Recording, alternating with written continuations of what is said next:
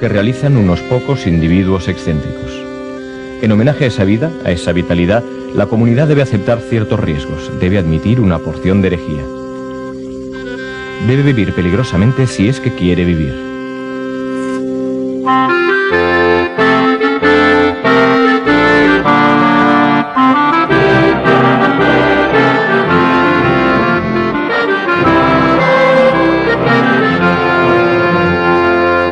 El anarquismo es la libertad, es la puerta abierta hacia el infinito de la libertad y del bienestar de la humanidad.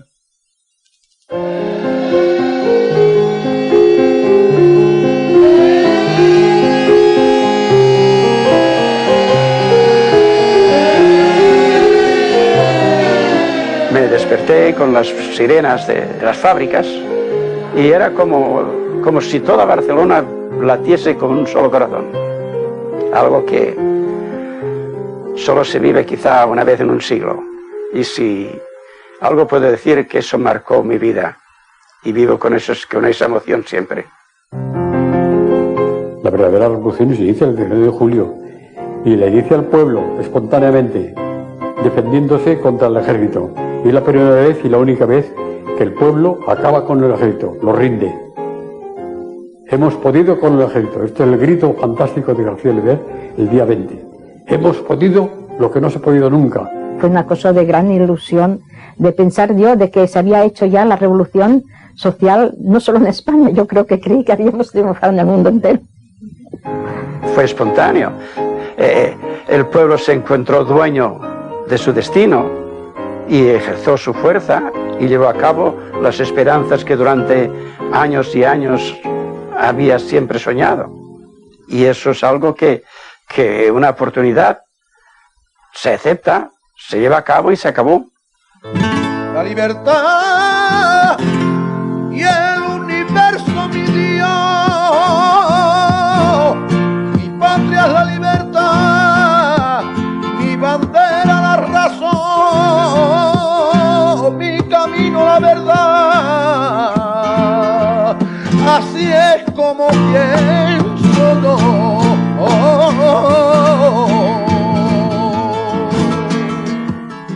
Año tras año, los anarquistas, protagonistas de la revolución que vivió España durante la Guerra Civil entre 1936 y 1939, rememoran aquel verano que cambió para siempre sus vidas.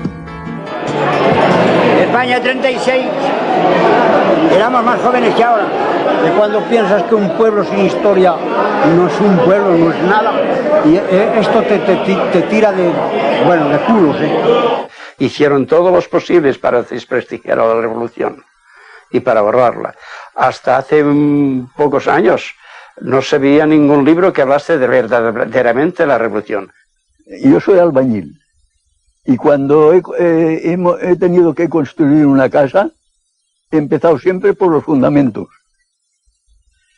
Y tanto las películas como todos los actos de la vida tienen un principio, y es en el principio, es en los fundamentos donde hay que empezar. Y eso hay que saber por qué nosotros nos defendimos contra el fascismo, por qué vencimos al fascismo y qué eran las ideas que nosotros preconizábamos y que el pueblo se sintió identificado con ellas.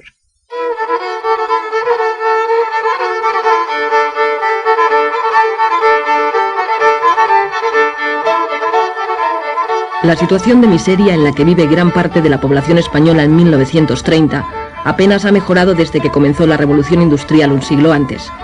Continúan el analfabetismo y las profundas desigualdades sociales, sin que las autoridades, la Iglesia ni la burguesía pongan remedio. El anarquismo, que aparece como una propuesta del socialismo utópico para luchar contra la injusticia social, ha ido calando a lo largo de 100 años en las clases más desfavorecidas del país. Las ideas de Kropotkin y Bakunin arraigan con fuerza, especialmente en Andalucía y Cataluña.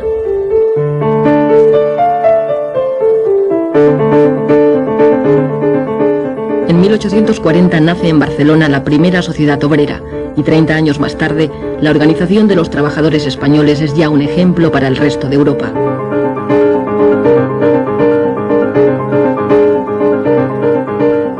Tras la escisión de la Primera Internacional, en nuestro país triunfan las ideas antiautoritarias de Bakunin frente a las que propugna Marx. Todo ha de ser libre para que funcione.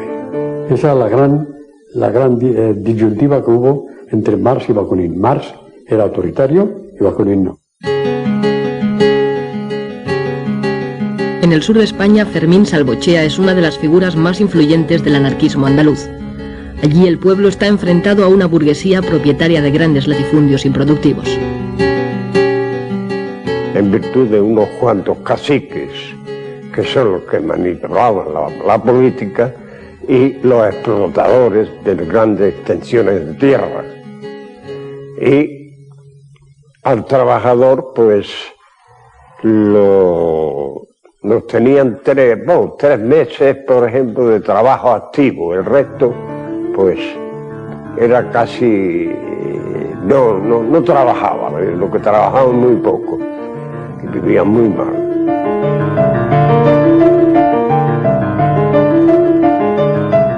En Jerez, 4.000 campesinos toman la ciudad al grito de «Viva la anarquía», asaltando los comercios en busca de comida. Para acabar con los grupos ácratas cada vez más influyentes en Andalucía, el gobierno inventa una trama llamada La Mano Negra, ejecutando y encarcelando a personas sospechosas de pertenecer a un supuesto grupo en realidad inexistente.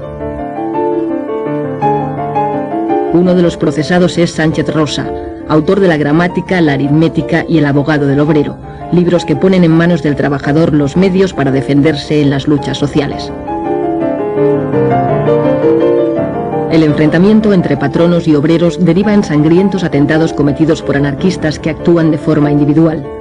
Barcelona es conocida en Europa como la Rosa de Fuego, y el castillo de Montjuïc se populariza como escenario de fusilamientos y cárcel política. Numerosos militantes de las sociedades obreras son procesados.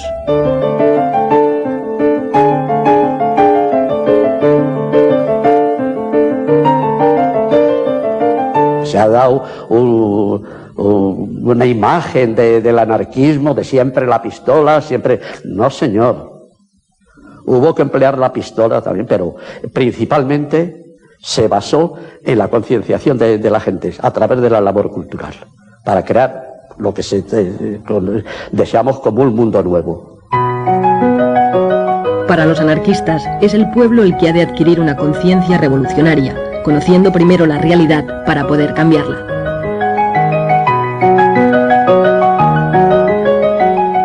El autodidactismo se explica de esa manera, por afán de saber, pero sin tener medios. Entonces, por eso se explica que haya tantas revistas, tanto folleto en el movimiento libertario español. En todos los pueblos había una revista, o se hacía un folleto, o se hacía un boletín. Es el prodigio que no se explica casi nadie. Soledad Gustavo y Joan Montseny, de sobrenombre Federico Urales, son los creadores a finales del siglo XIX de Tierra y Libertad y la Revista Blanca, que llegará a tener 12.000 ejemplares de tirada. La obra de Proudhon, divulgada por Pi Margall, presidente de la Primera República, introduce en nuestro país el concepto de federalismo, principio que adoptarán en el futuro las organizaciones anarquistas españolas. Anselmo Lorenzo, con el proletariado militante, propone ideas revolucionarias para la emancipación de la clase trabajadora en una futura sociedad basada en la libertad, la solidaridad y la ausencia de todo autoritarismo.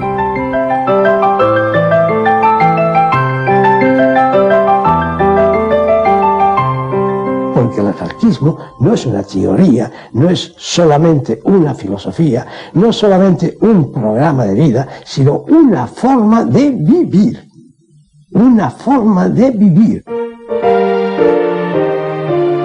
A través de las sociedades obreras, los anarquistas crean escuelas gratuitas que suplen la falta de una enseñanza pública para todos. En 1902, Francisco Ferrer Guardia funda la escuela moderna inspirada en el racionalismo.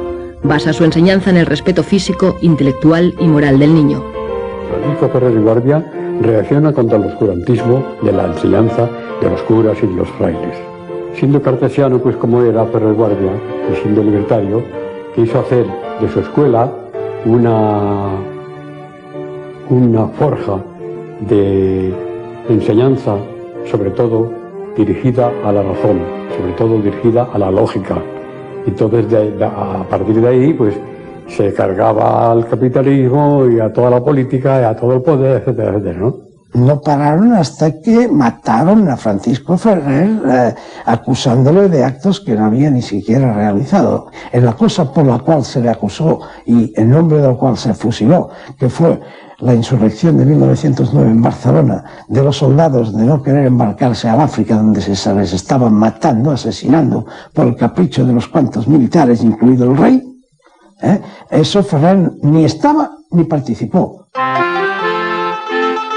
Fruto de Solidaridad Obrera nace en 1910 en Barcelona la CNT, la Confederación Nacional del Trabajo, con el objetivo de unir al proletariado español en una sola organización anarcosindicalista abierta a toda la clase obrera.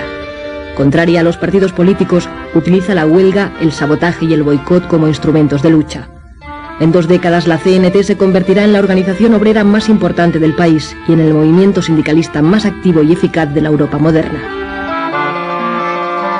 La CNT es el intento de los obreros de organizarse para conseguir económica y socialmente una sociedad mejor, dentro de la cual a un poco largo plazo está la autogestión, o sea, la capacidad obrera para asumir todas las funciones que ahora tiene el Estado, o sea, sustituir al Estado. La Primera Guerra Mundial provoca en España un enriquecimiento de la burguesía que no repercute en mejoras para la clase trabajadora. Las tensiones aumentan y, como reflejo de la Revolución Rusa, los obreros españoles organizan numerosas huelgas hasta conseguir, por primera vez, la jornada de 8 horas. Había una fundición que despidieron a 4 obreros porque pedían las 8 horas. Y no lo querían dar, y entonces los patrones cerraron las fábricas y lo cerraron todo. Ripoll se tuvo que hacer comida, rancho, en la plaza del ayuntamiento para alimentar al pueblo, porque duró unas 9 semanas. En 1919 la CNT tiene ya más de 700.000 afiliados. Los duros conflictos laborales provocan entre los jóvenes reacciones extremistas y la aparición de grupos de acción como los solidarios. Compañero de Durruti y Ascaso, García Oliver rememorará en 1938, ya como ministro de la República, los años de lucha en que cayeron numerosos militantes anarquistas como Salvador Seguí, el Noi del Sucre. Nuestro grupo anarquista se formó el año 1923. Dueños casi de la ciudad eran las bandas de pistoleros del Sindicato Libre que patrocinaba la patronal.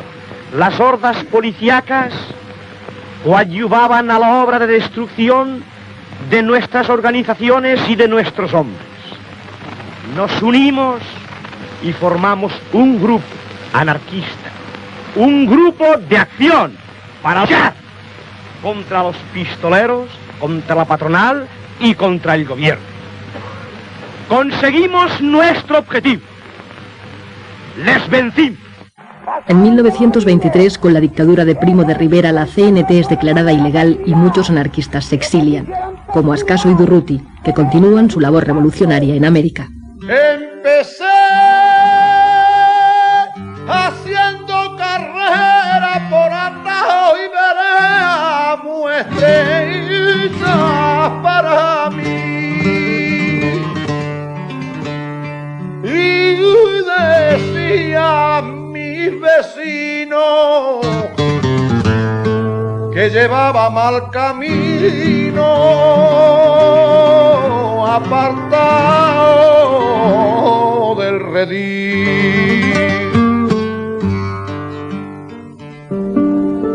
En 1927, en una playa de Valencia, se funda la FAI, la Federación Anarquista Ibérica, que nace con la pretensión de mantener puras las ideas anarquistas dentro de la CNT mediante la formación de pequeños grupos de personas afines, próximas en ideas.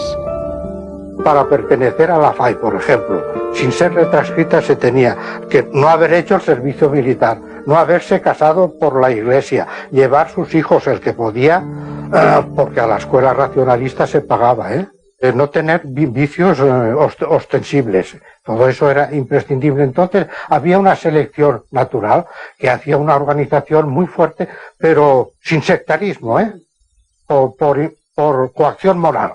Bueno, mis padres, ya te digo, que fue una temporada secretario de la FAI, siempre tuvo cargos, era un hombre, mi padre era un hombre de acción, entonces era muy radical, mi madre también, y entonces pues, y tenía mucha influencia porque era un hombre eran muy humanos, eran muy cultos, tanto mi padre como mi madre, y siempre se rodearon de gente más o menos afín. Y el hombre anarquista procuraba llevar una vida digna, ser un ejemplo.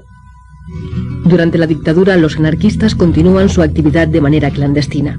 Es el tiempo también de las grandes emigraciones en busca de mejores condiciones de vida. Y mi padre, debido a la crisis de trabajo en la compañía Peñarroya, pues un día decidió marchar a Barcelona.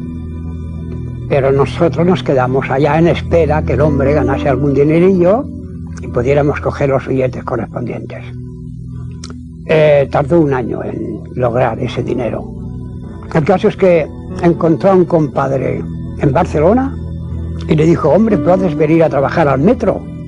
Y además, la vivienda, yo tengo una barraca en la calle Valencia, entre Rocafort y Entenza. Y en esa barraca, pues vivíamos la familia, el compadre, que eran 5, y nosotros 5, 10 personas en unos metros cuadrados. Pertenecía a la CNT mi padre ya. Si ahí en el metro lo llamaron, que lo que te he dicho anteriormente, para decirle que quedaba en la calle, porque un obrero había cometido una falta profesional y ese obrero era murciano. Y entonces despidieron a 80 murcianos que había. Pero el hecho fue de que todos respondían ya a una acción puramente orgánica CNT y por eso los echaron. Sabíamos que existía un mundo que no era el nuestro, puesto que era el que detenía a nuestros padres, el que nos dejaba sin trabajo, es decir, el mundo capitalista de una burguesía, sabíamos que existía, puesto que éramos víctimas de ello, ¿no? Pero nosotros estábamos educados con un entusiasmo que esperábamos que eso fuera posible, que eso se acabara y que la sociedad fuera de una manera más justa, más igualitaria. Encontré gusto a la lectura y después, cuando me iba hacia la barraca, pues como en el invierno en particular, me paraba en las farolas de gas, o a leer un poco una hoja, o me paraba en un escaparate que había luz, y después salía corriendo, leía otra página y así. Pero trabajé de sombrerero hasta que llegó la República. Anduve gritando por las calles de Barcelona: ¡Visca la República! ¡Visca la República! Todo eso yo lo he hecho. El 14 de abril de 1931 se instaura democráticamente en España la Segunda República y el rey Alfonso XIII parte hacia el exilio. Era una fiesta en Barcelona, por lo menos la que yo viví, desbordante, todo el mundo, pero las calles estaban llenas de gente. No se concibe cómo sin preparar esa fiesta se pudo producir ese fenómeno. Todas las calles llenas de gente vitoreando, sin ningún odio. Viva la República, viva la libertad, viva el pueblo, etcétera, etcétera. A partir de ahí, ese remojón, ese chapuzón de libertad que le dio la entrada en la República, estimuló todos los resortes de la persona. No ha habido nunca una juventud tan ansiosa de saber como la que vivimos nosotros entre el 31 y el 36. Aquellas ansias que teníamos contenidas, entonces ya se desbordaron. Ya buscamos sitio a ver dónde podíamos ir. Entonces se nos dijo que habían formado un Ateneo. Allí había cuadro escénico, había la sección de Esperanto, había cultura general, excursionismo, bueno, había de todo. Y cada noche teníamos un trabajo determinado. Es decir, que nos faltaban horas para todo. Allí se formaron las juventudes libertarias, había los grupos de la FAI. Cuando me llevaron al Ateneo Libertario del Clot, para mí fue un deslumbramiento, porque yo vi allí personas que pensaban igualito que yo. Todo el sindicato se convirtió en un centro de educación. Todo el sindicato era un Ateneo. Se hacía la revolución en España, en el mundo, en la tierra, en la luna, todo allí. No eran lugares para jugar las cartas y beber, sino para leer, para conversar, para discutir, debatir, escribir, lo que sea, ¿no? Sobre todo, y también había en los ateneos se solían dar muchas veces representaciones teatrales, recitales, muchos recitales, eso es lo que más se hacía, recitales de poesía, casi siempre cayendo en lo social, ¿no? En lo de la denuncia.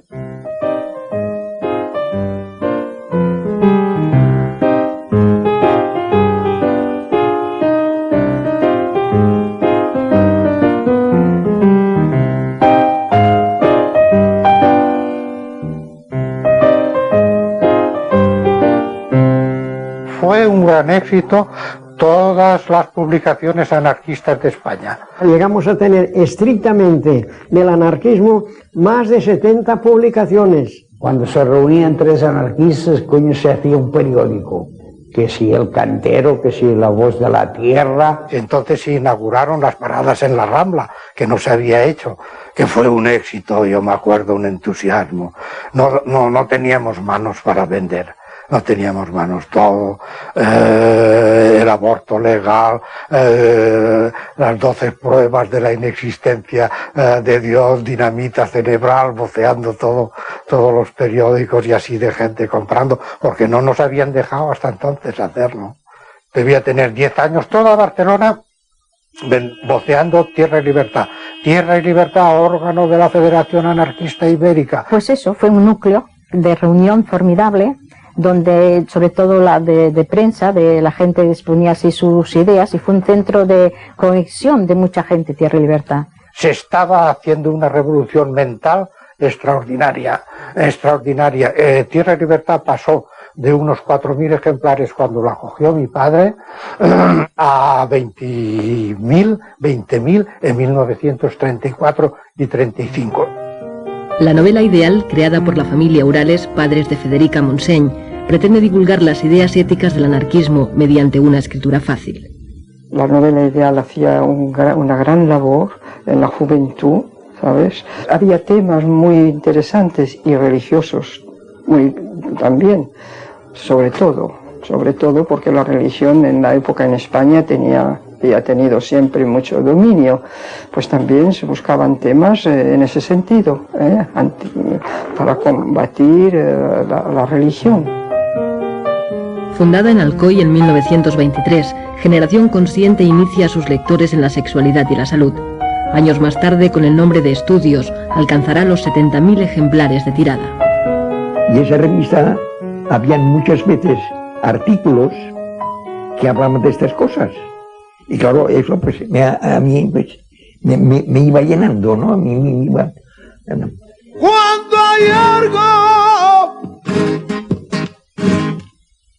que decir, cuando hay algo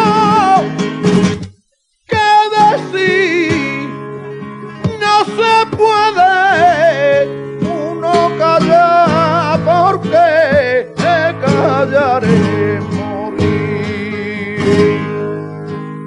No se puede uno callar, porque callaré morir.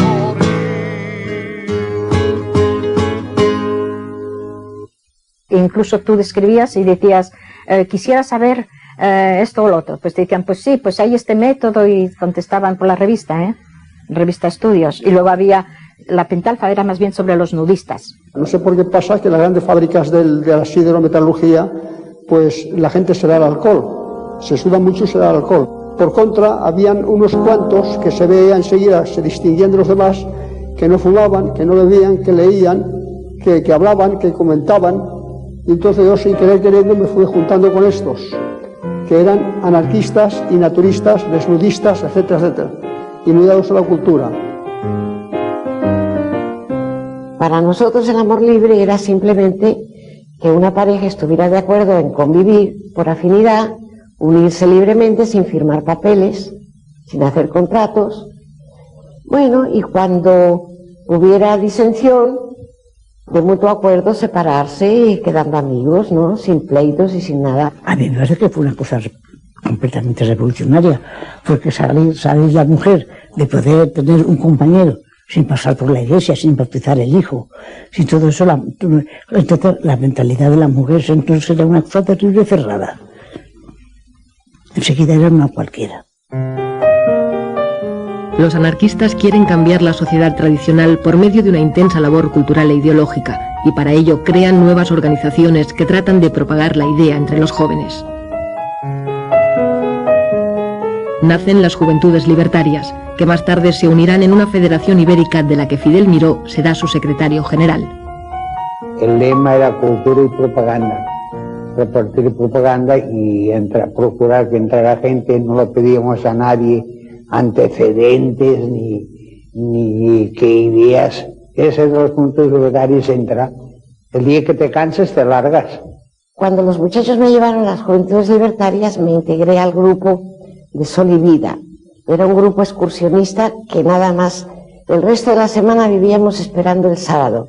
Teníamos tanto afán de instruirnos porque éramos todos pues proletarios, que hacíamos paradas y alguien leía un libro, una frase, y entonces la comentábamos, descansábamos, seguíamos andando. Es que era una labor permanente, que quizá incomprendida ahora, pero es la que dio un nivel cultural, un gran sentido consciente de la existencia a estas generaciones que íbamos accediendo al mundo del trabajo. Los mítines, la acción directa y la propaganda ayudan a recuperar la influencia de la CNT. En ciudades como Barcelona, 1 de cada 2 obreros está ya afiliado a la central anarcosindicalista.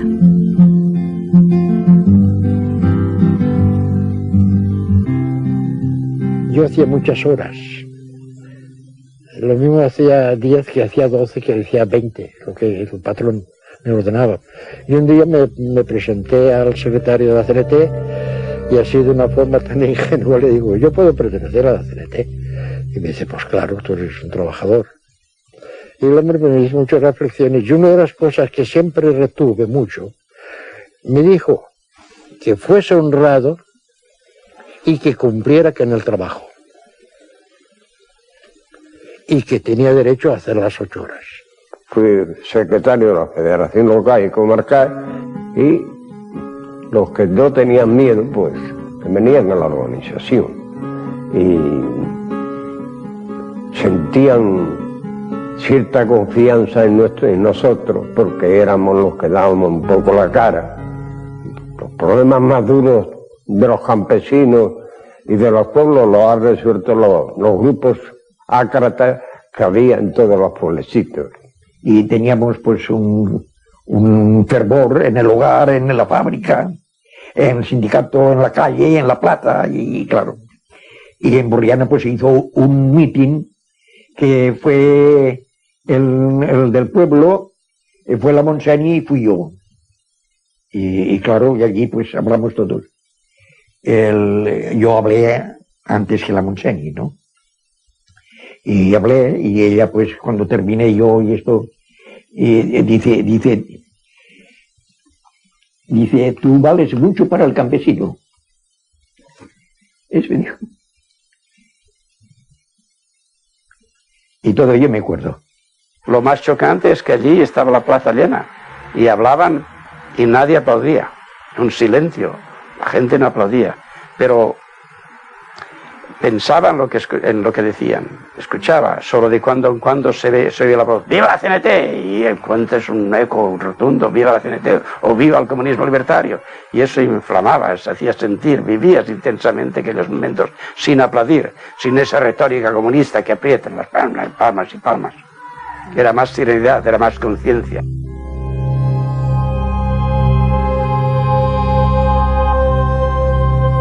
Había unos acuerdos sindicales que cuando echaban a un obrero de un trabajo, no había ningún obrero que debía de reemplazarlo. Así que a lo mejor el patrón, en una mina o en un trabajo, echaba a uno porque lo consideraba revolucionario o porque le cogía rabia, lo despedía. No había ningún obrero que lo reemplazara. Es decir, que todo está atado a través de un espíritu de solidaridad, que es lo más importante que existe en la organización nuestra. Bueno, los vecinos eran como una gran familia. Allí pues en aquellos tiempos no había seguro de paro, ni seguro de enfermedad, ni nada. Cuando alguien caía enfermo, un vecino que hubiese tenido algunos ahorros, lo primero que hacía era ponerlos encima de la mesa y allí los dejaba, sin que hubiese ningún papel ni un apretón de manos. Cuando vuelvas a trabajar y cuando puedas me los devuelves. Y el afectado, cuando empezaba a trabajar, peseta por peseta, poco a poco devolvía. Es una cuestión de principio, de moralidad. Es decir, que había el hecho de la familia universal, porque era verdad, en las casas baratas todos éramos una familia. Había un sistema de turnos que se recogían los que trabajaban, los hijos de los que no trabajaban. De niño no me gustaban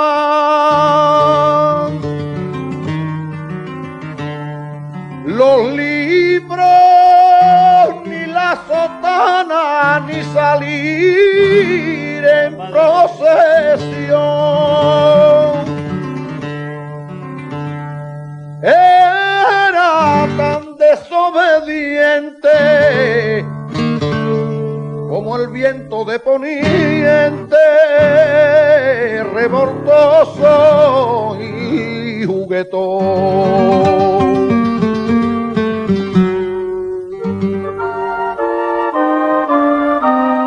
Para combatir el analfabetismo y la educación católica, los anarquistas crean a través de los ateneos y de los sindicatos escuelas inspiradas en la moderna de Ferreguardia, aplicando métodos de pedagogos como De Crolí o Pestalozzi. En la Escuela Natura del Clot se enseñaba todo lo que se podía de ciencias de toda clase. Lo que ocurre es que había un acento en todas partes siempre que era superior a la enseñanza aquella, que era el hecho de hacer que el niño utilizara eso no para hacerse un depósito de conocimientos, sino una capacidad de utilización de esos conocimientos. Se procuraba que el niño fuera él mismo siempre y que viese la diferenciación entre cada niño, entre todos los niños. Eso se llevaba con gran cuidado porque es el elemento principal tanto del anarquismo como de los métodos de enseñanza del anarquismo. En la escuela nuestra, en la escuela de Puchelías, en la escuela Natura, yo allí no he leído nunca ni a Bakunin, ni a Kropotkin, ni nada. Nada más que, por ejemplo, La cosa humana, de Tolstoy, los poetas, o quizás la lectura de Blasco Ibáñez, es decir, gente más bien moderada, más bien liberal.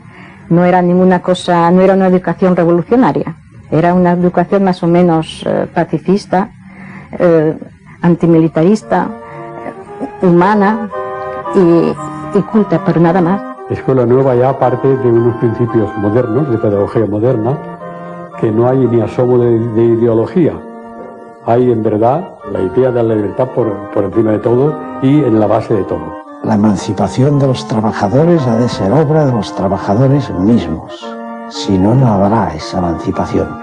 Es decir, que se autosubvencionaba de diversas maneras, pero autosubvencionaba. Lo que nunca quiso la Escuela Natura ni el sindicato Fabril fueron subvenciones ni del Estado ni del Ayuntamiento. Pero las esperanzas puestas en la República defraudan a las clases más desfavorecidas del país. El gobierno tiene que hacer frente a numerosos levantamientos en Cataluña, Levante y Andalucía. Y que los campesinos en Andalucía padecían hambre y el feudalismo allí seguía manteniendo tierras y cotos y miles de hectáreas sin cultivar y la gente sin trabajar. Allí se produjo casas viejas. Un movimiento montado por los anarquistas, era un movimiento anarquista. Y quisimos declarar comunismo libertario.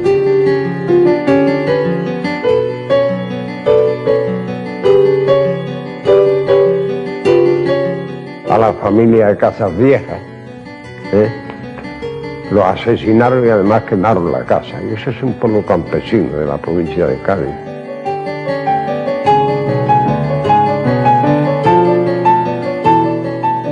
La CNT provocó un movimiento revolucionario con el que no todas las regionales estábamos conformes, sobre todo en Asturias, no éramos muy partidarios. De la división que había entre los dos conceptos, uno es de la revolución permanente y a plazo fijo, ¿no? Y los otros, la tendencia más moderada era de que había que hacer cultura, preparar al pueblo y esperar el momento propicio que se pudiera ensayar la revolución con posibilidades de éxito. En año y medio de república, el enfrentamiento entre la derecha y la izquierda provoca 30 huelgas generales, 400 muertos y 9.000 detenidos. Se suspenden 157 periódicos de izquierdas y 4 de derechas. Se frena la reforma agraria y el desarrollo de las escuelas públicas. Tras algún conato de sublevación militar, la derecha gana las elecciones. Y luego salió victorioso, porque nosotros, el 90%, no fui a votar porque queríamos darle un castigo a la República. Porque no fue a votar, porque estaba más con ellos que con nosotros. La gente sacando el dinero al extranjero, no queriendo trabajar, cerrando fábricas.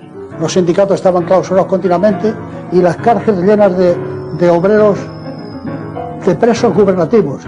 El preso gubernativo es un hombre que no ha hecho nada, que no tiene más que un antecedente sindical. Yo estuve 6 meses y no fue de los que estuve más. En Asturias, los trabajadores de la CNT y la UGT colectivizan minas y fábricas. Ramón Álvarez forma parte del Comité Revolucionario. La idea general estaba concebida, primero, detener el avance progresivo del fascismo en toda Europa. Y después se combinó en uno de los puntos, el fundamental, en que la finalidad del movimiento revolucionario de octubre era la implantación de una sociedad socialista federalista. Pero la revolución de Asturias no es secundada por las fuerzas de izquierda del resto de España. Los obreros asturianos resisten durante 2 semanas el asalto de las tropas enviadas por el gobierno, con el general Franco al frente. La revuelta es aplastada en una acción premonitoria de la guerra que se avecina. Febrero de 1936. El Frente Popular, la izquierda, derrota en las elecciones al derechista Frente Nacional. El voto de la CNT ha sido decisivo. En febrero decidimos votar nosotros. Muchos, yo no voté, pero muchos votaron, porque teníamos alrededor de 15.000 presos en las cárceles de España. Se suceden las huelgas, las ocupaciones de tierras y los enfrentamientos de la Guardia Civil con obreros y campesinos. Mientras la derecha prepara el golpe de Estado, las organizaciones más radicales llaman a la revolución. Para mí el comunismo libertario es mi máxima aspiración. Para ello, en el año 36 celebramos un congreso en Zaragoza y después de mucha discusión, porque a nosotros nos gusta mucho discutir, pues llegamos a un acuerdo concreto de que la CNT propugnaba el comunismo libertario. Un comunismo, como decía antes, que va de abajo arriba y no de arriba abajo, que se regula mediante asambleas generales, con revocación inmediata de cualquier cargo si la mayoría lo exige. Y ya el hecho de que la base sea soberana significa que no hay posibilidad de maniobras politiqueras. Todos de todos, hay que distribuir equitativamente y por tanto, si todos de todos, todo el mundo trabaja, todo el que puede, claro. Todo el mundo trabaja, todo el mundo se forma, sobre todo porque hay tiempo para formarse. España ha venido a menos por una triple división. Por la división engendrada por los separatismos locales, por la división engendrada entre los partidos y por la división engendrada por la lucha de clases. Entonces los falangistas habían empezado ya a tomar bastante fuerza y se atacaba con bastante intensidad a los compañeros nuestros. Esto dio lugar a que por nuestra parte pues nos empezáramos a plantear una lucha más directa, incluso pues yendo armados. Los pueblos se dividieron en dos. En mi pueblo de 1.500 habitantes, los de la derecha no se saludaban con los de la izquierda. La generalidad de los trabajadores lo tienen muy claro. Saben quién tienen enfrente a la Iglesia, que tienen enfrente al capitalismo, que son sus enemigos seculares. Porque hasta la Iglesia entonces ya se había enfrentado el cardenal Segura, se había enfrentado constantemente contra la República. Ya aquello era inevitable. Ellos ya estaban en el extranjero ya entrenándose, ya tenían acuerdos con Mussolini y con Hitler. Entonces todo el mundo lo sabía y todo el mundo se preparaba. Y los partidos, y lo sabía el gobierno. Ahora, había ministros que dormían a la hora en que los otros se lanzaban a la calle. Y el gobierno central de Casares Quiroga negaba que hubiese alzamiento y todo eso, y dio la orden, que eso fue lo fatal, a todos los gobernadores, que nada de armas al pueblo. Nada de armas al pueblo, tenían más miedo a la revolución que a los militares. Porque no hay que olvidar que en los primeros días de julio, Companys le dijo al jefe de orden público de Cataluña que desarmase a la CNT, a los anarquistas. En Barcelona estábamos todos los militantes y otras gentes también de izquierda, estamos de guardia toda la noche durante 4 días. Entonces ya hubo el día anterior a la revolución, ya vinieron y dijeron que yo me había dormido, por cierto, en el tejado, en el techo, dijeron, bueno, hoy es la hora de la verdad, el que no le interese que se largue a su casa, porque hoy sí hay faena. Estábamos en la Plaza de la Generalidad, eso estaba abarrotado de hombres pidiendo armas. Y salía Companys y decía que esperábamos. A gastarme, o a que he venido a este mundo, como no sea para gastarme, como no soy sordo mudo, no tengo el por qué callarme ante la ley del embudo.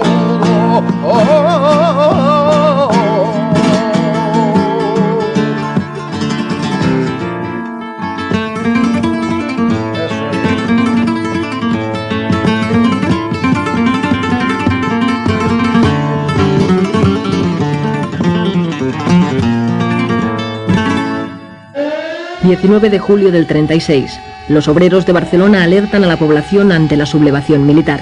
Y cuando sonaron las sirenas, pues era toda una multitud de horta, yo no sé, mil de gente que bajó por aquella avenida de Santa Eulalia al cuartel de San Andrés. Díaz Sandino bombardeó, tiró un par de bombas en el cuartel, se abrieron los portones y todo aquel gentío se lanzó a coger las armas.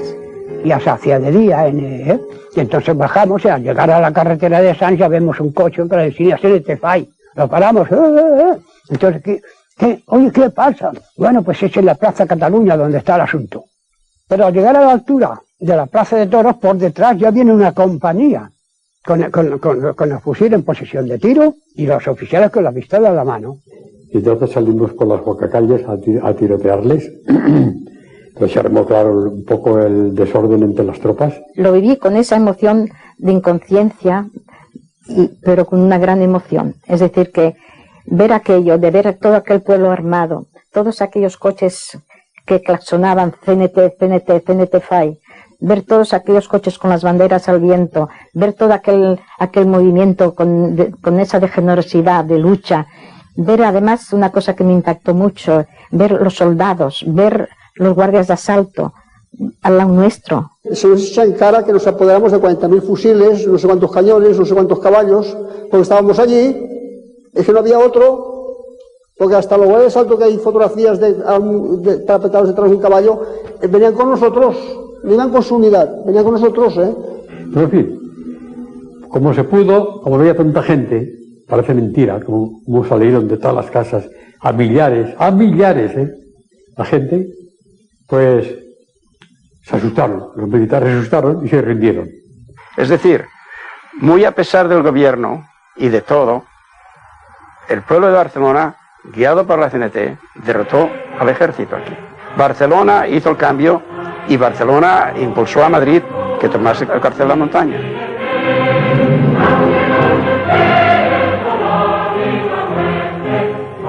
Es una manifestación pública de todo el pueblo de Madrid, que se levanta como puede, o que se trata de oponerse ya desde ese momento a lo que se le viene encima.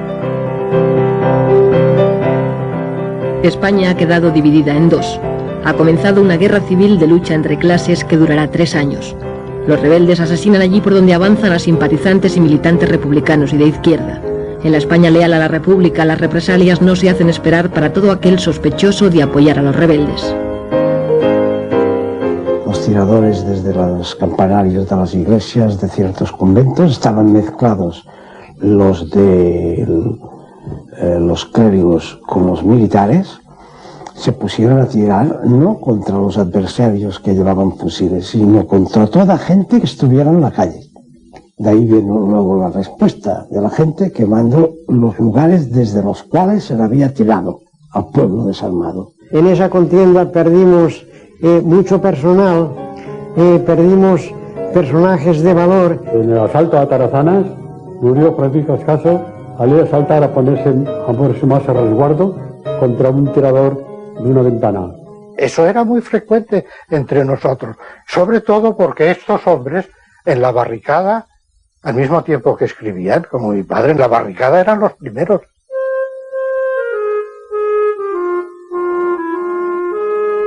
La nula capacidad de reacción del gobierno de la República ante el golpe militar y el desmoronamiento de las estructuras del Estado provoca que en muchos lugares sean los propios ciudadanos los que organicen sobre la marcha la nueva sociedad. La cárcel modelo de Barcelona salieron todos de golpe, ¿no?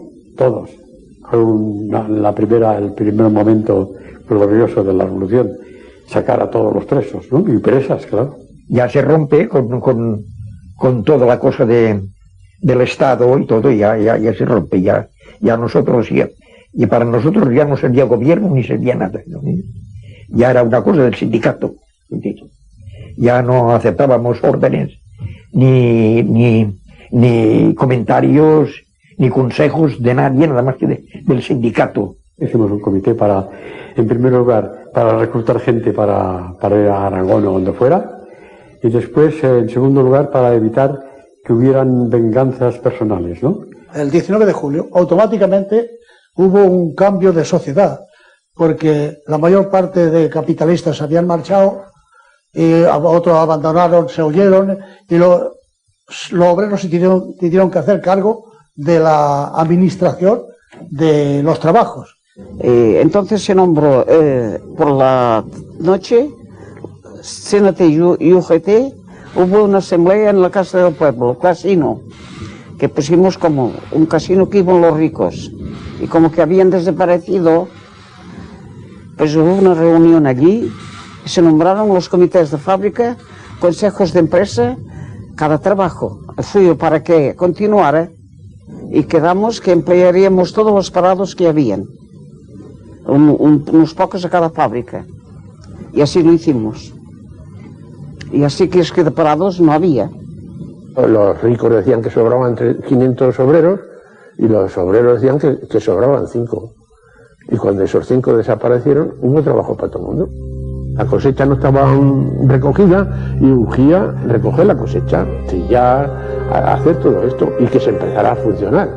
El pueblo de Membrilla un cierto día se acostó pobre y amaneció rico. Amaneció rico porque comió todo el pan que quiso, cuando antes no hacía más que pasar hambre. Espontáneamente el pueblo pone en práctica las ideas libertarias acariciadas a lo largo de todo un siglo, sobrepasando las expectativas de las propias organizaciones. Barcelona se convierte en la avanzadilla de la revolución.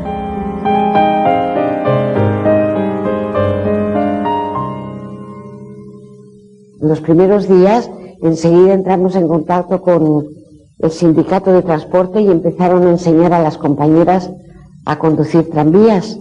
Y tú tenías a compañeras conduciendo tranvías. Habían compañeros que empezaron a marchar al frente o que querían marchar. Yo me dediqué a recoger libros con un camión para crear una biblioteca, que teníamos una ansia loca de crear una biblioteca popular en el barrio. En la entrada queríamos hacer unos carteles así que dijera, y unas vitrinas: biblioteca popular, pueblo, estudia y supérate, entrada libre. En Cataluña los anarquistas son ahora la fuerza mayoritaria y el poder que tenía la Generalitat pasa a manos del Comité de Milicias Antifascistas, un nuevo organismo nacido de la revolución. Los consellers de la Generalitat abandonaron sus respectivos despachos. La Generalitat se quedó con el solo hombre de Companys en la jefatura de policía y la calle nuestra. Companys, ¿sabes?, pide a la CNT que le mande una comisión para tener una entrevista. Y les dijo: os lo debemos todos, vosotros habéis terminado con este alzamiento, os habíamos juzgado mal. Desde hoy yo no sirvo ya para nada, yo no soy presidente. Si para algo valgo, les dice a la comisión, dice, estaré a vuestro servicio. Palabras de Companys. García Oliver propuso ir a por el todo. Y se lo pusieron, nada más votaron él y Chena, los de Hospitalet. Se lo puso Santillán y Federico Montseny. Federico Montseny diciendo, ir a por el todo es establecer nuestra dictadura. Y eso es una negación del anarquismo. Y Santillán dijo, si vamos a por el todo y establecemos el anarquismo, nos aislamos en España y nos aislamos en el mundo. Todo el mundo no nos va a dar nadie ni ayuda, ni armas, ni nada. Y por eso la CNT no fue a todas ni quiso el poder que le regalaba. No solo regalaba a Companys, ya lo tenía. Y entonces colaboramos juntamente con los demás fuerzas del país con un organismo que se llamó Comité de Milicias Antifascistas.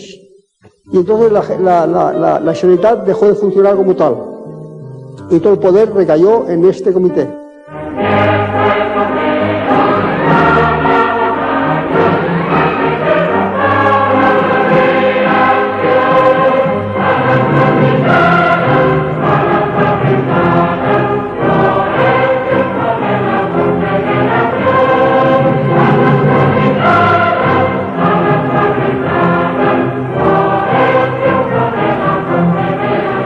Empezamos a organizar las columnas y hay esa salida que tenéis ahí en la fotografía y se iban directamente al frente, al lugar que les pedían. Y la mayoría que pedía lugar era Condorruti, Condorruti, Condorruti.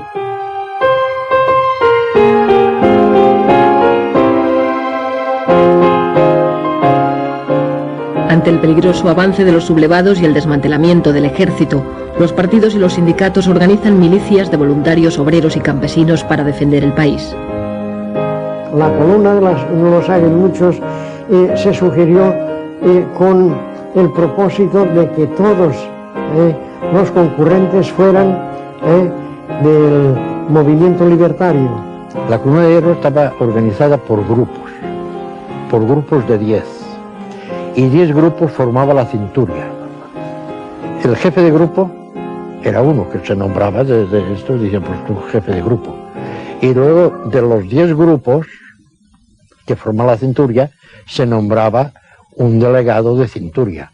Por amistad y por confianza, por la personalidad del compañero, pues se le daba la responsabilidad de mando. Allí siempre ha habido un mando, pero un mando en condiciones, no nada de eso, se decía, bueno, pues ahí y se ordenaba y se cumplía. Yo salí de Arcolea y de allí, andando, fuimos hasta Madrid. Y al llegar a Madrid nos llevaron al cuartel, allí estaban los hombres y las mujeres. Fuimos allá para, y se preparó el batallón Ascaso, y yo me fui.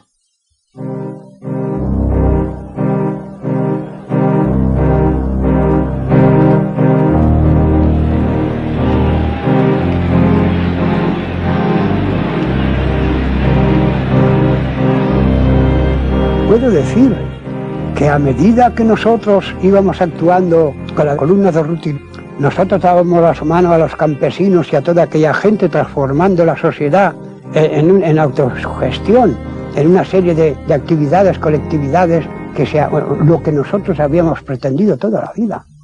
No era solamente tirar tiros.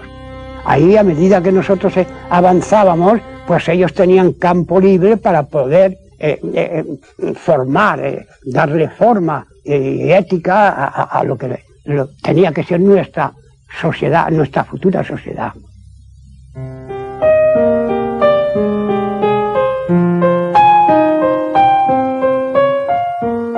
Los cambios se suceden vertiginosos en zonas de Castilla, Extremadura, Andalucía, Asturias y sobre todo en Levante, Cataluña y Aragón.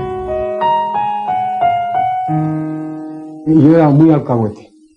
Y en cuanto veía que había algo de barullo o algo, pues allí me metía. Y me metí en una plaza de la Constitución que estaba repleta de calandinos. Todo Calanda estaba allí. Y desde el balcón, este comité revolucionario dice: a partir de ahora, aquí se proclama el comunismo libertario.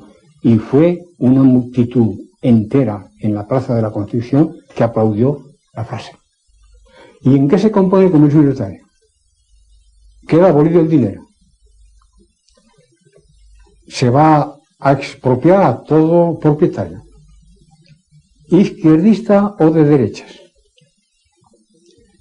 Toda la maquinaria a disposición del pueblo, todos los edificios para que sean alojados los habitantes, independientemente de quién sea el propietario, trabajo colectivizado, distribuidos los trabajadores en grupos. No hizo falta semecas para organizar aquello, que fueron los trabajadores mismos.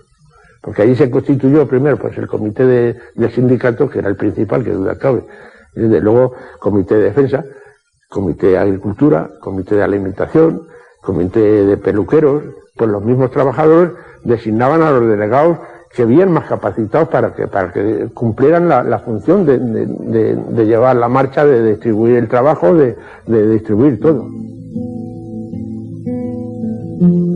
El desprecio tradicional de los anarquistas por el dinero provoca un cambio radical en las relaciones económicas. Se crean monedas locales, vales, y en muchos lugares se llega a la total abolición del dinero. Allí desapareció el dinero. O sea, se hizo el montón que se llamaba de Cropoquín.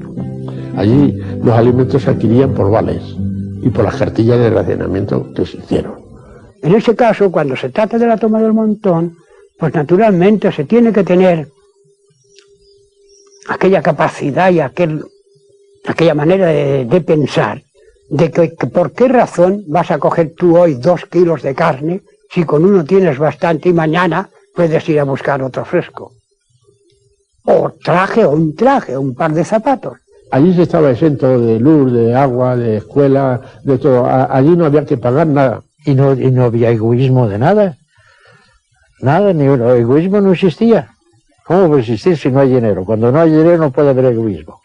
Hoy lo dices y no lo comprende la gente, pero que no, que se asumió bien. El haber hecho la colectividad, cómo crear la colectividad, la inmensa mayoría del pueblo lo encontré muy bien, y esto que no eran sindicalistas ni eran anarquistas, todos. El que quiso ser individualista continuó siendo individualista, pero fueron muy pocos. Y el que, como mis padres, aquí, a 30 metros de aquí, por ejemplo, que eran individualistas,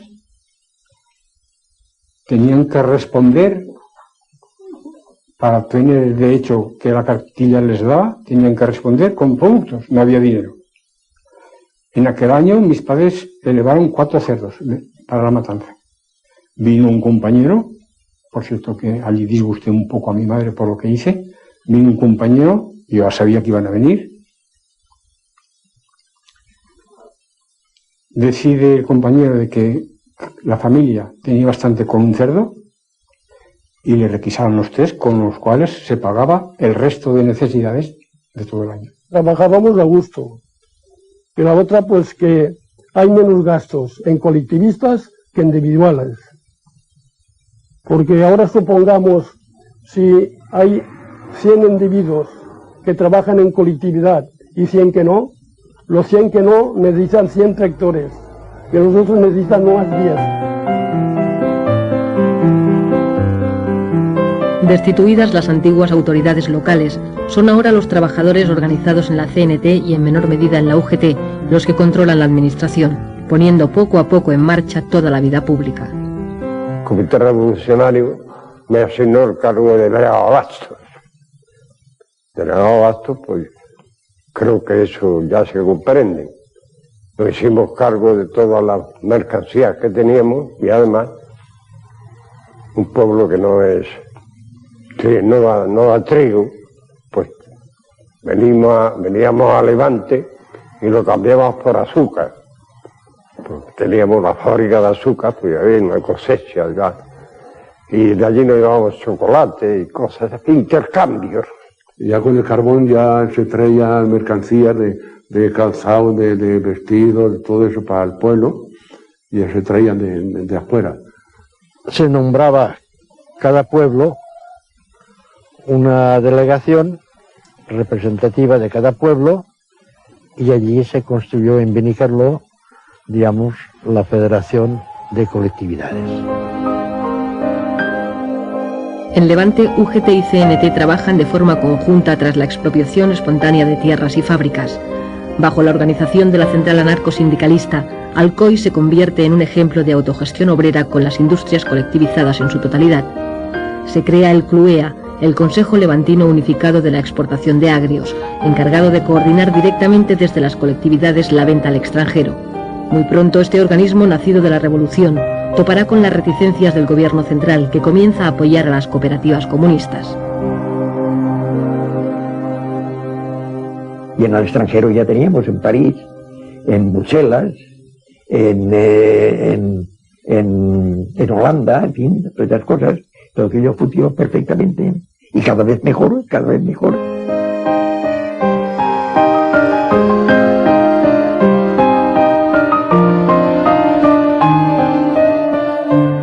En Asturias, la CNT y la FAI forman parte del Consejo de Asturias y León, del que Ramón Álvarez es consejero de Pesca.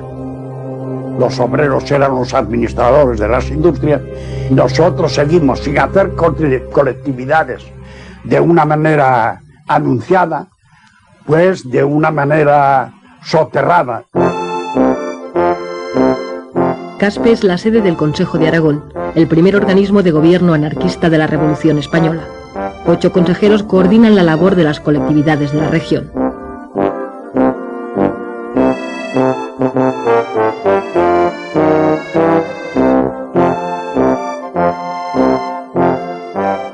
Aquí en la región, que fue el centro, digamos, mayoritario de las colectividades, con su consejo en Caspe y todo eso, en Levante hubo colectividades, en Andalucía hubo colectividades, en Castilla hubo colectividades para todo, pero tan homogéneo como en Aragón no la hubo en ninguna parte.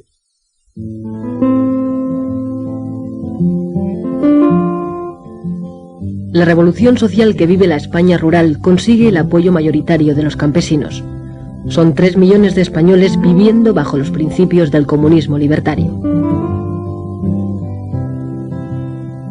Allí pues había una pizarra en el sindicato grandiosa, y cualquier trabajador, una queja que tuviera, la apuntaba en la pizarra, y en la asamblea se discutía aquello. El exponer una cosa era ponerlo, digamos, en armonía de los demás si aceptaban aquella proposición. Si se acordaba bien, si no se acordaba, pues otra cosa, ¿verdad? Pero siempre desde la base. No nos regiamos porque nos mandase el comité regional una cosa. Porque claro, cada pueblo tiene su cultura. Por lo tanto, al tener su cultura, tiene sus costumbres. Entonces no son las mismas costumbres nuestras aquí valencianas, como diríamos las andaluces, son diferentes. Con la ocupación de tierras y un reparto más racional del trabajo, la producción aumenta. La gestión colectiva de los beneficios permite la construcción de hospitales, escuelas, acequias, granjas y centros de experimentación agrícola. Había, además del grupo escolar Francisco Ferrer, donde se pusieron 18 maestros, del huerto del convento, del huerto de los frailes, concretamente, se hizo una zona de experimentación agrícola. Se plantaron viñedos, se plantaron olivares, olivares que eran viejos, que eran productivos, se hacía carbón. En fin, hubo una transformación y que la colectividad prosperó mucho. E inmediatamente se decidió el adquirir 2 tractores, y 2 tractores en Canda, sin parar de trabajar, hace mucho. Y con aquello, pues, no solamente se suplió las 350 hombres que fueron al frente, sino que se aseguró, y eso es más que verdad, se aseguró que nada de las tierras cultivadas hasta la fecha quedaron yermas, todas fueron cultivadas. Como aquel que cada otorga vida, y aunque la ignorancia es sorda, pude levantar la voz más fuerte que los ladrillos de los perros consentidos y que la voz del patrón.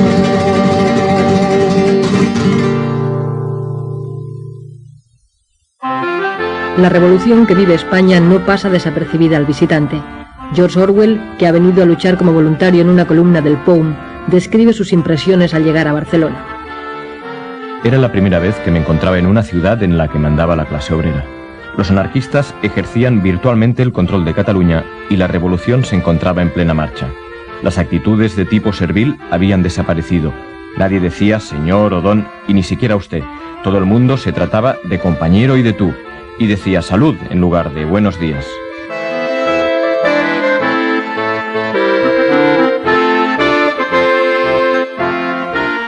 Barcelona es el centro neurálgico de la revolución en la España urbana. Con la CNT y la FAI al frente del Comité de Milicias Antifascistas, Cataluña vive una de las transformaciones más radicales de su historia, que afecta a todos los aspectos de la vida política, social y económica. El 80% de las empresas se han colectivizado y todos los servicios están autogestionados por los propios trabajadores. Estos cambios serán legalizados por la Generalitat en octubre de 1936.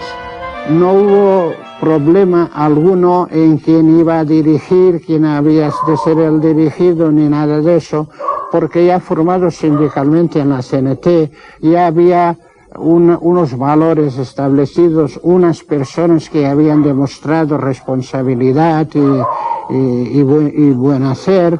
Yo fui uno de los nombrados a la colectividad del Gran Metro. Y estando en el metro, en la colectividad, es cuando hubo una reunión general del transporte y me nombraron secretario. Y ahí empezó. Y yo era albañil que conocía poco el transporte, pero nos poníamos al corriente pronto de eso. Las circunstancias nos obligaban. Se organizó una comisión que se titulaba Administración y Control de la Propiedad Urbana, que estaba compuesta de 3 elementos de la Generalidad, 3 de la CNT y 3 de la UGT. Y de los 3 de la CNT yo era un vocal, yo era uno. Entonces, la propiedad no quedó abolida, pero quedó incautada. Los propietarios no tenían derecho a administrar sus fincas, tenían derecho a formar parte de la administración de esta comisión. Los anarquistas podían hacerse los dueños de Barcelona y de Cataluña y no quisieron hacerlo. Y entonces vino la colaboración entre unos y otros. Y entonces, como los más fuertes éramos nosotros, a la cuestión de enseñanza, pues se buscó a uno de los nuestros, al profesor Puig de Elías, y él se ocupó de redactar con otros y demás, pero siempre dirigido por él, la Constitución del Cero. El Consejo de la Escuela Nueva Unificada nace con el objetivo de promover una escuela única, gratuita y laica en lengua catalana. La revolución crea también servicios de asistencia y previsión, inexistentes hasta entonces, que cubren gratuitamente la sanidad, las bajas temporales, la invalidez y la jubilación. Se lucha contra el paro aumentando los puestos de trabajo o contratando nuevos trabajadores, aunque no sean necesarios, para repartir el trabajo entre todos. Las pequeñas empresas y talleres se agrupan, se unifican compañías eléctricas. El entramado es complejo.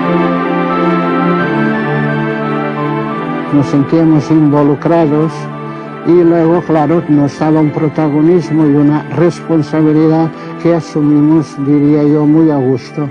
En las asambleas lo que se discutía, no tú que serás, yo que seré, sino cómo mejorar la producción, cómo el trabajo organizarlo mejor, cómo quitar intermediario entre una acción y otra, porque claro, una fábrica es compleja.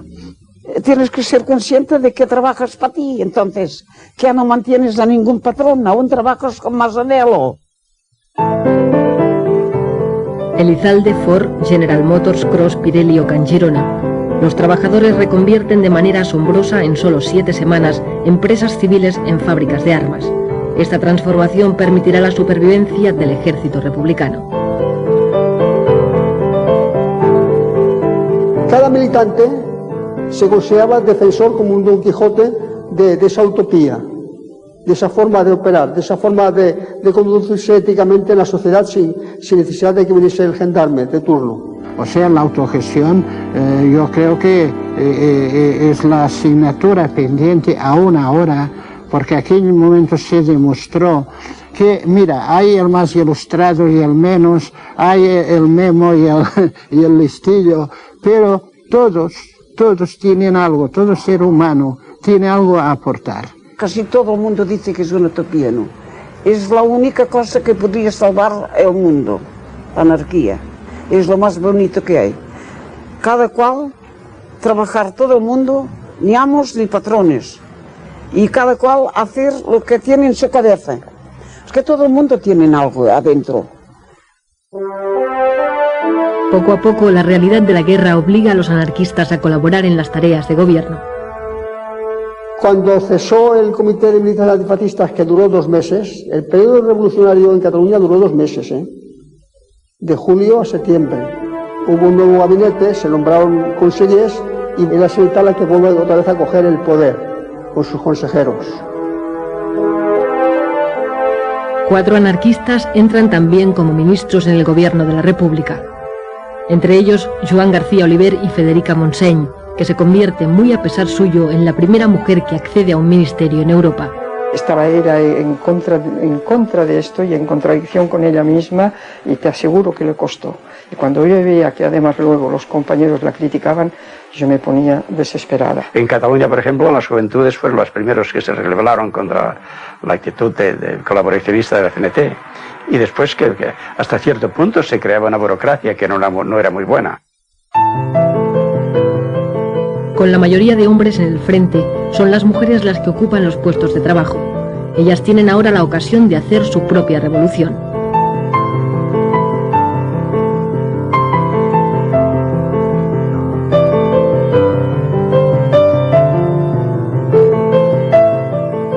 Al irse los hombres al frente, al ocupar ella puestos que dejaron vacantes los hombres en la producción, quizás eso las despertó, se sintieron más libres. Las compañeras que conocía, la una estaba en una fábrica de alpargatas, ella era la que llevaba todo aquello, la otra en una fábrica de azúcar, cuando estos eran puestos que lo habían llevado hombres antes. Nosotros le dábamos la importancia que debíamos haberle dado a la mujer. En las asambleas de la CNT apenas veías 3 mujeres, la mujer en la casa. Los hombres se reían con todos los derechos y nosotros queríamos preparar a la mujer para que supiera usar sus derechos con respeto a sus hijos, a su casa, a su marido y a su propia vida. Mujeres Libres nace a partir de agrupaciones locales, convirtiéndose en una de las organizaciones feministas más importantes de la época. Suceso Portales en Guadalajara y Concha Liaño en Barcelona son 2 de sus principales impulsoras. Éramos distintos a los movimientos de liberación femenina burgueses, porque nos dábamos cuenta que ellas, por su preparación, luchaban por equipararse o en competitividad con los hombres para ocupar los cargos que ocupaban los hombres. Pero nosotras nos dirigíamos a la mujer proletaria, a la obrera, a la que no tenía instrucción, que salieran de ese servilismo, que salieran de esa sumisión, en el trabajo, en el hogar, que se consideraran personas adultas. Y ahí fue donde tuvimos que hacer mayor énfasis. Y en crear escuelas donde la mujer se capacitara, no solamente para leer y escribir. Me parece que yo no te podría decir los cientos y cientos de mujeres analfabetas que convertimos a que supieran leer y escribir. Así que cuando formábamos una agrupación, lo primero que se hacía era la escuela. A las mujeres las educábamos sexualmente con clases. Teníamos clases especiales y mujeres que las educaban y iban a los hospitales a hacer prácticas inclusive. Hicimos una serie de folletos a este respecto, y con respecto a la relación del hombre y la mujer que enviamos al frente. Hicimos por lo menos miles y miles de folletos, unos folletitos pequeños.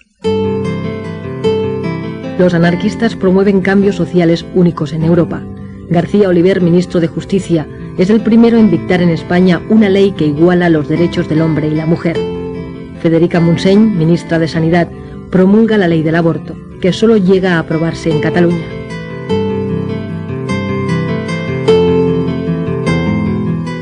La ley del aborto pues se proclamó primero aquí en Cataluña y se proclamó y enseguida se puso a la práctica. En el hospital clínico se hacían abortos. Parecía muy bien suprimir una maternidad que no era deseada, les parecía lógico, pero por parte de los médicos hubo un rechazo enorme. La maternidad consciente solo se puede adquirir a través de los conocimientos que te ocupas de conocerlas. Si estas mujeres no habían leído nunca nada y no sabían hacer nada, pues no podías pedirle una maternidad consciente, ni a los hombres tampoco mismo, ni siquiera a los hombres.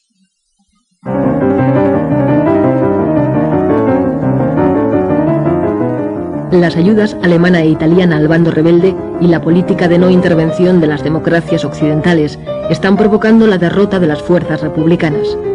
El ejército franquista está a las puertas de Madrid y hace falta un golpe de moral para levantar el ánimo de los madrileños, que ven como el propio gobierno de la República huye a Valencia.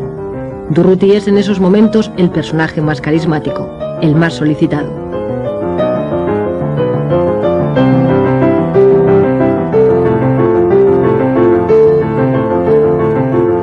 La figura de Durruti en aquellos momentos representaba la mayor atalaya de libertad. Fue una inyección de optimismo, de esperanza. En un territorio desconocido y mal pertrechada, la columna Durruti sufre enormes bajas. Su actuación resulta, sin embargo, decisiva para la defensa de Madrid. El 20 de noviembre nos retiraron del frente y nos dijeron que había muerto Durruti. Siempre fui esa abeja negra que supo esquivar las piedras que le tiraban nada.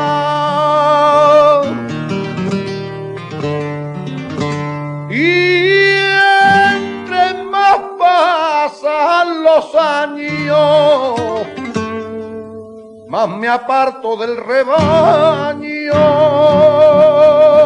porque no sé a dónde va.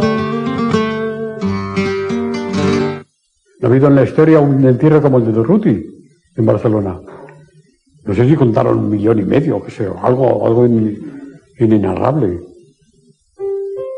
La República trata de reorganizar el ejército e impone la militarización obligatoria. El objetivo es ganar la guerra olvidando la revolución. Los anarquistas, sin embargo, mantienen su idea de derrotar al fascismo para crear una nueva sociedad. Dijeron que iban a militarizar la columna, que entonces pues no eran militar, éramos pues milicianos, y que la iban a militarizar. Y dijimos que no. Detestábamos la disciplina militar. Nosotros fuimos a la guerra por combatir al fascismo, pero no para hacernos militares. Todos los que hacíamos la guerra de nuestra generación éramos contrarios a la guerra y contrarios al militarismo, pero muy contrarios, pacifistas a carta cabal. En cuanto a eficacia de las cosas, yo no vi ninguna. Tan eficaz era 100 hombres llamándose centuria como 100 hombres llamándose compañía. Yo creo que el error primero fue ponerse en el lugar del enemigo, hacerse ejército, y no guerra de guerrillas, que precisamente es nuestro honor histórico. Las guerrillas se dicen todo el mundo guerrillas por España. Y llegamos a la conclusión de que ya no era la revolución, sino que era la prolongación de la guerra. Y entonces, pues, para obtener armas y para poder vivir, tuvimos que aceptar la militarización. ¡Visca la libertad catalana! En Cataluña, los partidos tradicionales recuperan poco a poco el poder perdido el 19 de julio a manos del pueblo y las organizaciones revolucionarias. En mayo de 1937, los partidos nacionalistas y el recién nacido PSUC, los comunistas, provocan unos sucesos que generarán una guerra civil dentro de la propia guerra. Numerosos anarquistas son eliminados, el POUM ilegalizado y Andreu Nin, su secretario general, asesinado. Los primeros días se vivió bajo el ambiente libertario toda Cataluña. Fue después, con los reveses y las dificultades que iban saliendo, que las fuerzas que no eran simpatizantes fueron reaccionando, y ahí llegó los sucesos de mayo. El Artemio Guadé, que era consejero de la Generalidad, mandó la policía de la Generalidad a que se apoderara de la Telefónica. La Telefónica estaba incautada por la CNT, claro, en la Telefónica se resistió, y de allí empezó. En la barriada éramos los amos absolutos, pero en el centro había calles que eran de uno, calles que eran de otro, y así hubo una cantidad de muertos.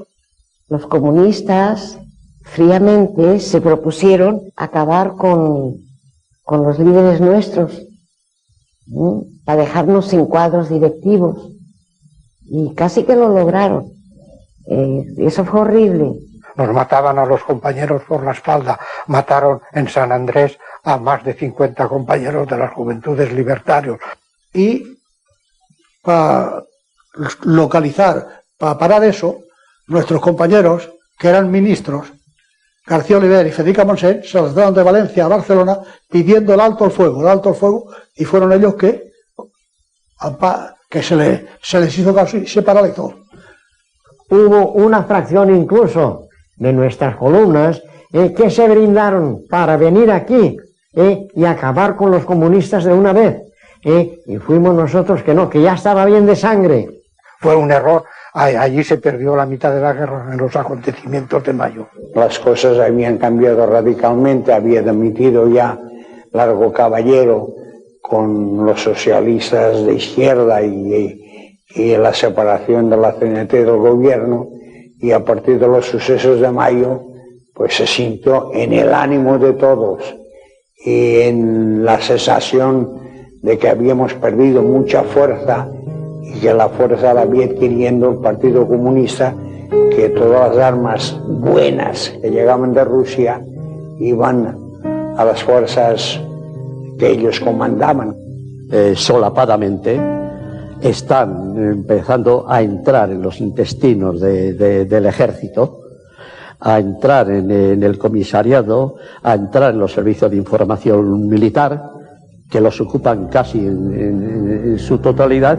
Y nosotros estábamos convencidos de que la idea era cumplir la orden de Stalin, de eliminar sobre todo a los anarquistas, hacerse con la situación de mando y dar por terminada la guerra cuando Stalin lo decidiera. Era eso la cosa. Ideológicamente no les interesaba que estos mecanismos revolucionarios se llevaran adelante de tal manera que si ganábamos la guerra, al país se le pudiera decir, junto a haber ganado la guerra, esta es la obra que ha hecho el anarquismo, esta es la obra que ha hecho la CNT, y esto como arranque para el futuro. Era la primera revolución anarquista en el mundo. Ninguna revolución que no fuese controlada por el Partido Comunista tenía ninguna significancia para los comunistas. Y esos no lo podían permitir. No sabéis todos lo que pasó con las colectividades, que vino Lister con todo su ejército a acabar con ellos, con todos, a rajatabla, pero con el imperio de los fusiles. Esa es la gran paradoja, que los comunistas hayan ido a acabar, hayan sido los que acabaron con el comunismo más comunista. Y él llegó y hizo, pues, que le vino al pelo, hizo la matanza que todo el mundo sabe. Lo que hizo Lister es porque, como en Rusia exactamente, los bolcheviques, los dictatoriales, no admitían que se presentase un ensayo libertario de la naturaleza en el que se vivía en Aragón. Había encarcelado al Consejo de Aragón. Es que en Artagones se estaban encarcelando a los responsables de la colectividad en Calanda, etc. A pesar del intento del gobierno y los comunistas por destruir las colectividades, la mayoría vuelven a reconstruirse y continúan su labor. En Calanda, Miguel Celma, con 16 años, es nombrado responsable de la colectividad. El cambio formal de funcionamiento y de objetivos no existió. No hubo cambio alguno. Eran los mismos. Y eso duró pues hasta el 15 de marzo de 1938. Durante toda la guerra no disminuyó la capacidad productiva de Cataluña, ni su capacidad colectivizadora, ni la presión de ciertos elementos conservadores de la Generalidad, ni los comunistas pudieron borrar la autonomía económica de la que la CNT tenía en Cataluña. Guerra, falta de materias primas, destrucción de instalaciones, boicot del capitalismo internacional y agresión del propio gobierno de la República. La revolución que vive España desde 1936, con la puesta en práctica de las ideas anarquistas, ha sufrido todo tipo de contratiempos y, sin embargo, la producción ha aumentado, han mejorado las condiciones de trabajo, hay más igualdad entre los ciudadanos y la economía tiene un funcionamiento más racional. Pues esas colectividades tuvieron que luchar, en primer lugar, con una situación anómala, en guerra, con una economía nula, porque todo dependía de Cataluña. Cataluña, si le daba la gana pagar, daba dinero, y si no, pues ya el hecho de tener que pedir a molestar, y sobre todo al aragonés. En fin, todos los inconvenientes, y no digamos ya la política de Madrid. La política de Madrid no había jamás ni un diario que no fuera de la CNT que dijera algo bueno de la Revolución Española, de la Revolución Cenetista o de las colectividades, de nada. Ya sabéis que siempre el anarquismo ha tenido una prensa malísima. Que en 3 años no se pueden hacer muchas cosas, más siempre cuando tienes una guerra civil, te tenías que apañar con lo que había, ¿no? Porque nos faltaba todo, las materias primas, había la cuestión de la inseguridad, los bombardeos. El pueblo vivió mal. Yo no soy de los que digo que no hubo disputas, no hubo cosas después, pero el conjunto de lo que fue el comunismo libertario, colectividad, paz y justicia de Membrilla, para mí, y lo demuestro al que quiera, que es la única solución que tiene la humanidad para poder vivir bien. Porque de otra forma no existe. Porque ahí se demostró que me hacía falta la Guardia Civil, me hacía falta los ricos, me hacían falta los curas para vivir bien, que son los únicos que entorpecen la marcha de la riqueza, porque la única riqueza que existe es el trabajo. Lo malo es que aquello, con sus defectos, que los hubo, no continuase, pese a lo cual, cuando los dueños de la fábrica volvieron, la encontraron mucho mejor que no la habían dejado. Cuidado. Aparte de haber duplicado la producción. En Chirona, cuando terminó la guerra, al hacer balance, gran sorpresa para los dueños, gran sorpresa. Se había capitalizado mucho más de lo que era antes de la guerra. ¿Por qué? Porque se habían importado máquinas, herramientas, porque se habían importado hornos eléctricos para hacer aleaciones especiales, que no se tenían. Pues cuando entraron las tropas franquistas, alguien que fuera autoridad para ello dio orden de demoler estas nuevas construcciones. Y hoy no queda nada de aquello. Fue destruido, porque era un prestigio para la zona republicana y para los que habían gestionado y dirigido la empresa de Canchirona, o sea, del material. Estábamos muy al tanto que las potencias democráticas no querían que nosotros ganáramos. Sin embargo, la pasión podía más que nada y decíamos, bueno, aquí seguiremos hasta que podamos. Pero y cuando llegó el final, que sabíamos que tenía que llegar, nos costaba mucho aceptarlo. Mucho. Eso fue muy doloroso, porque no solo perdíamos la patria, perdíamos nuestros ideales y sabíamos que para siempre. La lucha ya se fue perdiendo, ya la retirada. Hasta que se replegaron, ya fueron a la Seu d'Urgell, ya se replegaron, y ahí es cuando nos enteramos de que se perdía Barcelona. Y entonces estábamos allí unos compañeros y mi padre telefoneó a Barcelona. Telefoneó a la casa CNT FAI y le contestó una voz: arriba España, viva Franco. Y es la única vez, no la única, pero en eso vi que a mi padre le salían, colgó así el teléfono y le saltaron 2 lágrimas. Ya comprendí. Y yo creo que aquel fue un momento muy emocionante para los que estábamos allí.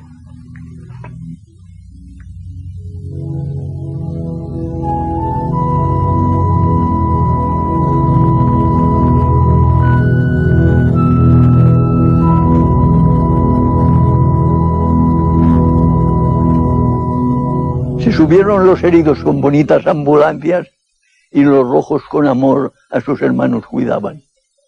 En lo alto de la cumbre se procedió a su descarga. ¡Ay, qué dolor tan profundo! ¡Ay, la herida que me mata! Otro, temblando de frío, decía a su camarada: ¡ay, hermano, que me muero!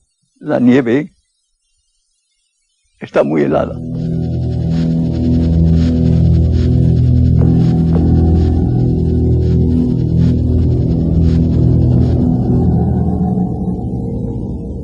Nos dijeron que la guerra había terminado. El que no quisiera, el que no estuviera de acuerdo con el régimen de Franco, se podía ir al extranjero, porque los puertos de Valencia y Alicante estarían abiertos mientras había una sola persona que quisiera marchar.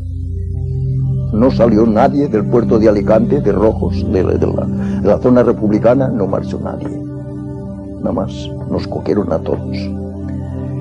Y nos llevaron al Albatera. Campo de Albatera fue cruel. Algo que el que no ha pasado por un sitio así no puede creerse las barbaridades que allí lleguemos a sufrir. El hambre, el maltrato, los palos que nos llegaron a pegar, aquello no lo sabe más que los que estuvimos allí.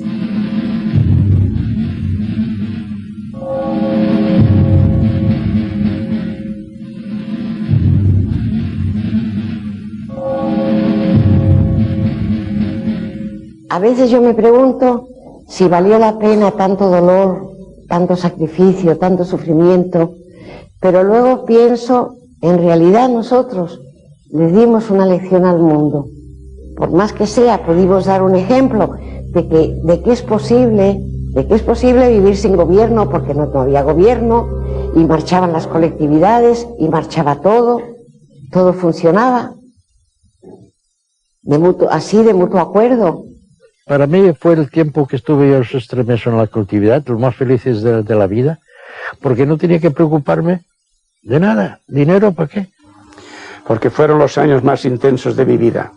Conocí la fraternidad, el desinterés, el espíritu de sacrificio y la solidaridad. Es decir, el sentirme hermanado con los que estaban luchando conmigo, que sentían las mismas ideas. Creo que es lo mejor.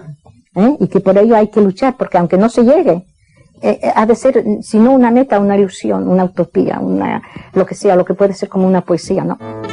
Le he cantado a casi todo lo que me ha dado que pensar, le he cantado a casi todo y ahora le voy a cantar la que nunca existió, la paloma de la paz.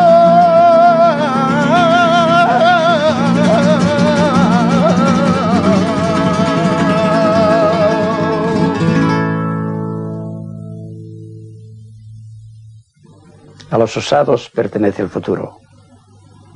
Cuando no podemos soñar más, morimos. Así lo dice Emma Goldman y eso es verdad.